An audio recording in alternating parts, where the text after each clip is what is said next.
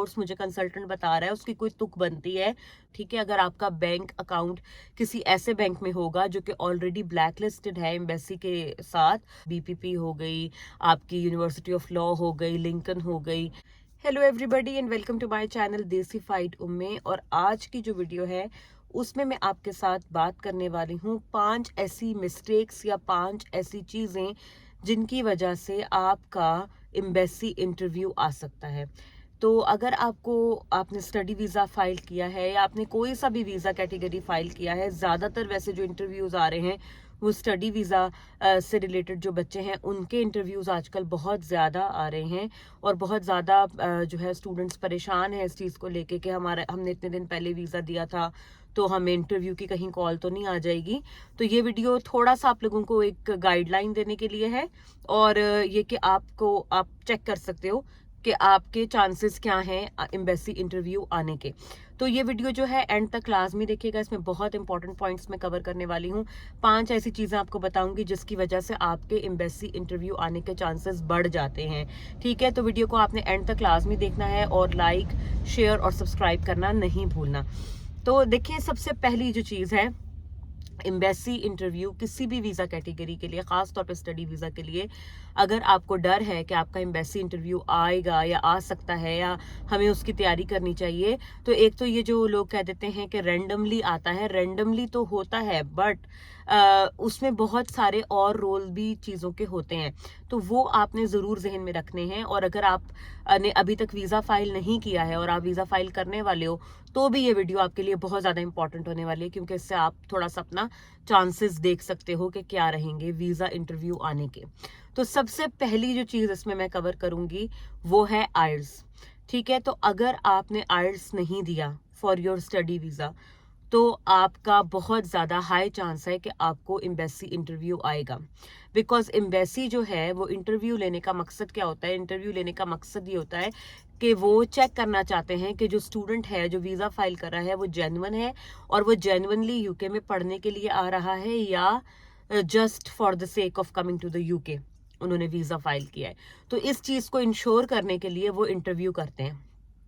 ठीक है, तो अगर तो आपका आइल्स नहीं है, बिकॉज बहुत सारी यूके की यूनिवर्सिटीज़ अभी भी विदाउट आइल्स एडमिशन दे रही हैं। आपने अगर प्रीवियसली जो डिग्री पढ़ी है अपने मुल्क से, बैचलर्स की, ज़्यादातर मास्टर्स के स्टूडेंट्स के साथ ये होता है कि उनका जब बैचलर्स अपने मुल्क का होता है तो वो एक इंग्लिश लैंग्वेज प्रोफिशिएंसी लेटर साथ लगा देते हैं अपनी यूनिवर्सिटी का कि हमने जो डिग्री पढ़ी थी वो सारी इंग्लिश में थी और हमने आइल्स नहीं दिया।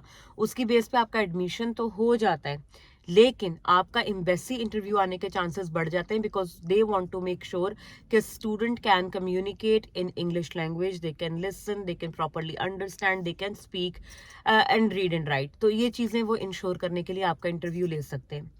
दूसरा जो बहुत इंपॉर्टेंट पॉइंट है इस सिनेरियो में कि आपका इंटरव्यू आएगा या नहीं आएगा, वो है आपका चॉइस ऑफ योर कोर्स। ठीक है, तो अगर आपने जो भी कोर्स सेलेक्ट किया है यूके की यूनिवर्सिटी में पढ़ने के लिए, वो कोर्स अगर इतना अच्छा नहीं है या बहुत ज़्यादा लोग उस कोर्स को चूज़ नहीं करते या पॉपुलर कोर्स नहीं है या ऐसा कोर्स जो इन डिमांड डिग्रीज होती है ना, आपको पता है कि जो डिमांड होती है वो साल के हिसाब से चेंज होती रहती है। तो अगर आज यूके में for example let's say data analysts की काफ़ी मांग है, तो वो एक पॉपुलर कोर्स है, ज़्यादातर बच्चे उसमें जाएंगे। बट हो सकता है 2 साल बाद डेटा एनालिटिक्स पॉपुलर ना रहे, एआई अब आजकल जैसे आ रहा है, आर्टिफिशियल इंटेलिजेंस, उससे रिलेटेड कोर्सेज ज़्यादा पॉपुलर है। ठीक है, तो उसमें डिमांड बढ़ जाएगी। तो ये ट्रेंड देखते हैं वो, और वो ये देखते हैं कि आप क्या कोर्स चूज़ कर रहे हो। कोई ऐसा अनयूजुअल सा कोर्स या कोई ऐसा कोर्स जिसमें बहुत ज़्यादा बच्चे दाखला ना लेते हों, या फिर कोई ऐसा कोर्स जिसमें बहुत ज़्यादा तादाद में आपकी कंट्री से बच्चे दाखला लेते हो, तो वो भी सस्पिशियस हो जाता है कि सारे बच्चे इसी कोर्स में क्यों जा रहे हैं। ऐसा क्या मतलब, ये इजी है या ये इसको आसान समझ रहे हैं या इसको क्यों मतलब टारगेट करें।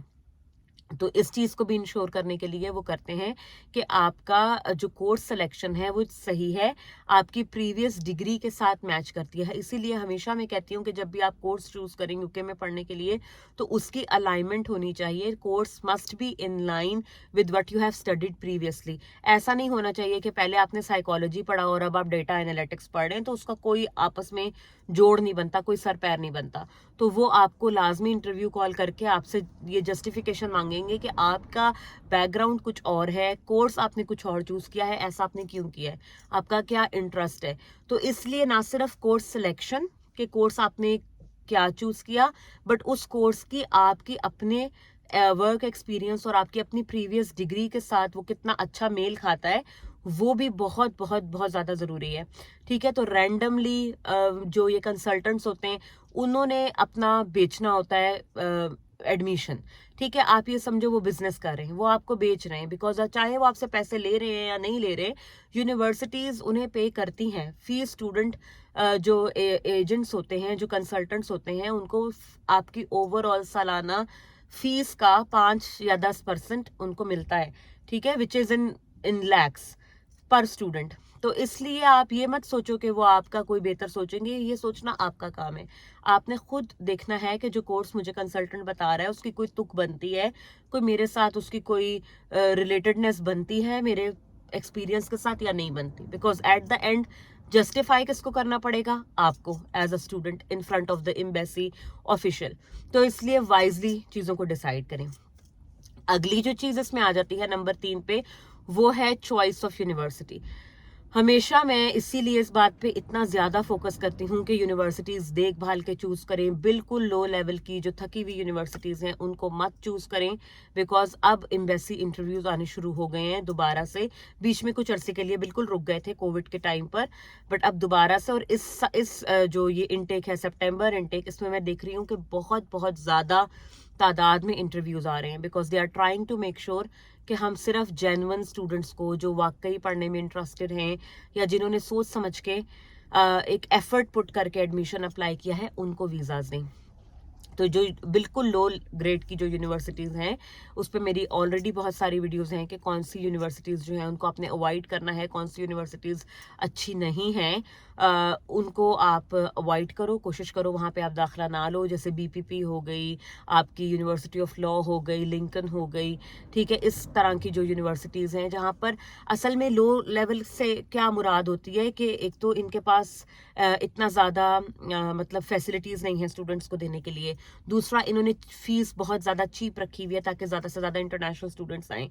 तीसरा, बहुत ज़्यादा international students from India, Pakistan in universities को टारगेट करते हैं, जिसकी वजह से ये यूनिवर्सिटीज़ ऑलरेडी जो यहाँ पर गवर्नमेंट ऑफिशियल्स हैं या जो ऑफिशियल्स हैं एम्बेसी में, उनके लिए ये सस्पिशियस हो चुकी हैं कि ये सारा इंटरनेशनल स्टूडेंट मेजॉरिटी इन्हीं 3-4-5 यूनिवर्सिटीज़ में क्यों जाता है। ठीक है, तो इसलिए। और फिर क्या होता है, इनका ड्रॉप आउट रेट बहुत ज़्यादा है कि ये स्टूडेंट यहाँ पर आता है, फिर पढ़ाई पूरी नहीं करता, डिग्री पूरी नहीं करता, इससे यूनिवर्सिटी की रैंकिंग खराब होती है।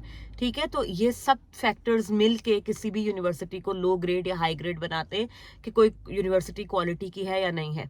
पढ़ाई का स्टैंडर्ड तो प्रिटी मच सेम ही होता है, बट और फैक्टर्स होते हैं जो यूनिवर्सिटी की क्रेडिबिलिटी, उसकी रैंकिंग और उसकी क्वालिटी पे इफेक्ट डालते हैं। तो ये इन फैक्टर्स की वजह से जो है इन यूनिवर्सिटीज़ को कहा जाता है कि आप अवॉइड करें, कोशिश करें आप यहाँ पे दाखिला ना लें। तो आप कोशिश करो कि फीस में तो 2-4 हज़ार पाउंड का ही फर्क होता है, पर आप अपने फ्यूचर के साथ इसको रख के सोचो कि इसका इम्पैक्ट आप पे लॉन्ग टर्म पड़ेगा। ठीक है, तो इसलिए अगर आपने कोई ऐसी यूनिवर्सिटी चूज कर ली या कोई ऐसा कोर्स चूज कर लिया जो कि थोड़ा सा ऑफ द बैलेंस है, तो आपका एम्बेसी इंटरव्यू लाजमी आ सकता है, because they want a clarification and a justification कि आपने ये यूनिवर्सिटी क्यों चूज की है, किस लिए चूज की है, क्या सोच के आपने लिया, जबकि और अदर इतनी अच्छी अच्छी ऑप्शंस आपके पास अवेलेबल थी। ठीक है, चौथी चीज जो इसके अंदर आ जाती है, जो कि बहुत बहुत ज्यादा इम्पॉर्टेंट है, वो है आपकी फाइनेंशियल स्टेटमेंट। जो आपकी बैंक स्टेटमेंट होती है। स्टडी वीजा में सबसे ज्यादा क्रूशियल डॉक्यूमेंट जो होता है वो आपकी फाइनेंशियल स्टेटमेंट्स होती हैं, आपकी बैंक स्टेटमेंट्स होती हैं। अगर उसके अंदर कोई मसला है या अगर वो उसमें कुछ भी हल्का सा भी उनको फिशी लगेगा या कुछ भी ऐसा लगेगा कि ये जस्टिफाई नहीं हो रहा है, तो वो लाजमी तौर पे आपका इंटरव्यू कॉल करेंगे। बिकॉज एम्बेसी वालों को ये चीज मेक श्योर करनी होती है कि आपके पास इनफ फंड्स हैं और आप अपने फंड्स को समझते हैं, आपको पता है कि फंड्स कहाँ से आ रहे हैं, कैसे मैंने जमा किए हैं, कहाँ मैंने खर्च करने, इन चीज़ों को वो देखते हैं। दूसरी चीज़ इसमें जो एम्बेसी इंटरव्यू आ सकता है आपका स्टेटमेंट्स की वजह से, वो है जब स्टूडेंट्स का अकाउंट बिल्कुल नया हो, फ्रेशली ओपन हो, या फिर ये कि आपका बैंक वेरीफाई ना कर रहा हो, या बैंक, आपको पता है कि इंडिया का मुझे इतना आइडिया नहीं है, अगर आप लोगों को पता हो तो ज़रूर कमेंट सेक्शन में बताइएगा ताकि बाकी लोगों की भी हेल्प हो सके। बट पाकिस्तान में देयर आर फ्यू बैंक्स जो कि पहले जिनकी स्टेटमेंट्स लग जाती थी, बट अब जिनको ब्लैक लिस्ट कर दिया गया है एम्बेसी की तरफ से, बिकॉज उन बैंक्स में बहुत ज़्यादा ये 2 नंबर स्टेटमेंट्स और जो है ये फ्रॉड करके या इन्वेस्टर्स से पैसे वगैरह रख के इस तरह की स्टेटमेंट्स का बहुत ज़्यादा वहाँ पर हो रहा था काम, तो उन बैंक्स को ब्लैक लिस्ट कर दिया गया। तो आपने किसी भी बैंक में ऐसे अकाउंट नहीं खुलवा लेना, ठीक है। अगर आपका बैंक अकाउंट किसी ऐसे बैंक में होगा जो कि ऑलरेडी ब्लैक लिस्टेड है एम्बेसी के साथ, तो आपका चाहे आपके जेन्युइन भी पैसे हैं, बट क्योंकि बैंक ब्लैक लिस्ट हुआ हुआ है तो उसका इम्पैक्ट आएगा। तो इसलिए ये चीज़ को आपने लाजमी तौर पे पहले से देखना है कि आप अपना अकाउंट कहाँ मेंटेन कर रहे हैं, ठीक है। वो बैंक कहीं खुदा ना खास्ता ब्लैक लिस्ट तो नहीं है, इन चीज़ों पर ज़रा थोड़ा सा आपको नज़र रखने की ज़रूरत होती है।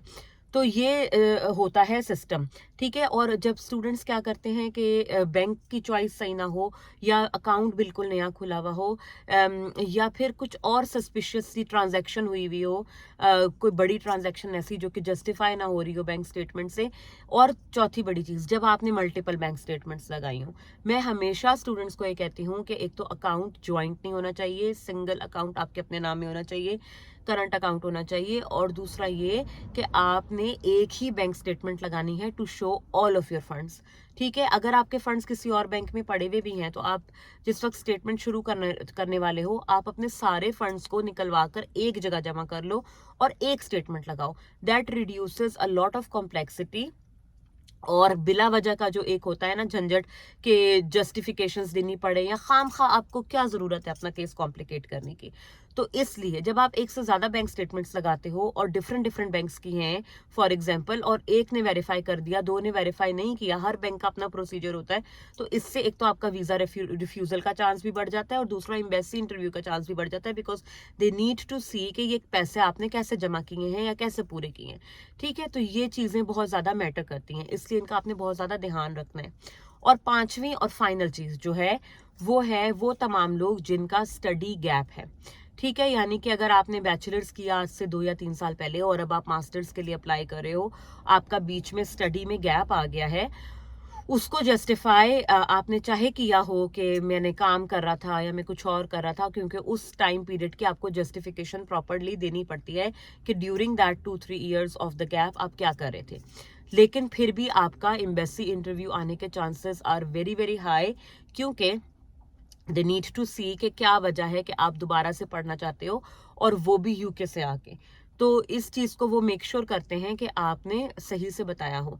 मैंने भी जब अपना स्टडी वीज़ा अप्लाई किया था तो मैंने भी एम्बेसी इंटरव्यू दिया था, दैट वाज इन 2018, और उस वक्त पे जो मेरे चेक बॉक्सेस थे वो बाकी सारे टिक हो रहे थे, ठीक है। मेरे पास आइल्स भी था, मेरी यूनिवर्सिटी भी अच्छी थी, मेरा कोर्स सिलेक्शन भी मेरे प्रीवियस एक्सपीरियंस से प्रीवियस डिग्री के साथ अलाइंड था, ठीक है जी, और मेरे पास बैंक स्टेटमेंट भी एक ही थी, कोई मसला नहीं था। बट मेरा 5 साल का स्टडी गैप था, मैंने 2014 में अपना बैचलर्स पूरा किया था, और उसके बाद में 2019 प्रोग्राम के लिए अप्लाई करी थी, which is like almost 5 years of the gap. तो उसको हालांकि मैंने जस्टिफाई किया कि I was working and everything, मैंने अपने वर्क एक्सपीरियंस लेटर्स लगाए, हर चीज़ लगाई, बट स्टिल मेरा एम्बेसी इंटरव्यू हुआ था, and they have asked me a lot of questions about my course selection, about my university selection, why I am restarting my studies, why UK, और भी बहुत सारे इस तरह के रिलेटेड क्वेश्चंस उन्होंने मुझसे पूछे थे। तो इसलिए बहुत सारे स्टूडेंट्स के एक्सपीरियंसेस देखने के बाद और अपने एक्सपीरियंस से देखने के बाद मैंने इस चीज़ को रियलाइज़ किया है कि ये 5 मेन चीज़ें हैं जिनकी वजह से आपकी एम्बेसी इंटरव्यू आने के चांसेस बहुत ज़्यादा बढ़ जाते हैं। तो आपने मेक श्योर करना है कि आप अपने केस को खुद से ओवर कॉम्प्लिकेट मत करो और जितना ज़्यादा हो सके इन पॉइंट्स पे आपने अपना तैयारी करनी है। और अगर इन केस आपका इनमें से कुछ है भी और इंटरव्यू आ भी सकता है, तो भी आपको मैं एक अगली वीडियो में बताऊंगी कि इंटरव्यू की आपने तैयारी कैसे करनी है, क्या क्या सवाल वो आपसे पूछ सकते हैं, ताकि आप प्रिपेयर्ड रहो और अगर आपका इंटरव्यू आता भी है तो आप उसको पास कर सको अच्छे तरीके से। तो अपना बहुत सा ख्याल रखें, दुआ में याद रखें। इस वीडियो को लाजमी शेयर करें अपने फ्रेंड्स एंड फैमिली के साथ जो कि यूके आ रहे हैं या आने वाले हैं, खास तौर पे स्टडी वीज़ा पर। And I will see you guys very soon with another video. Bye bye.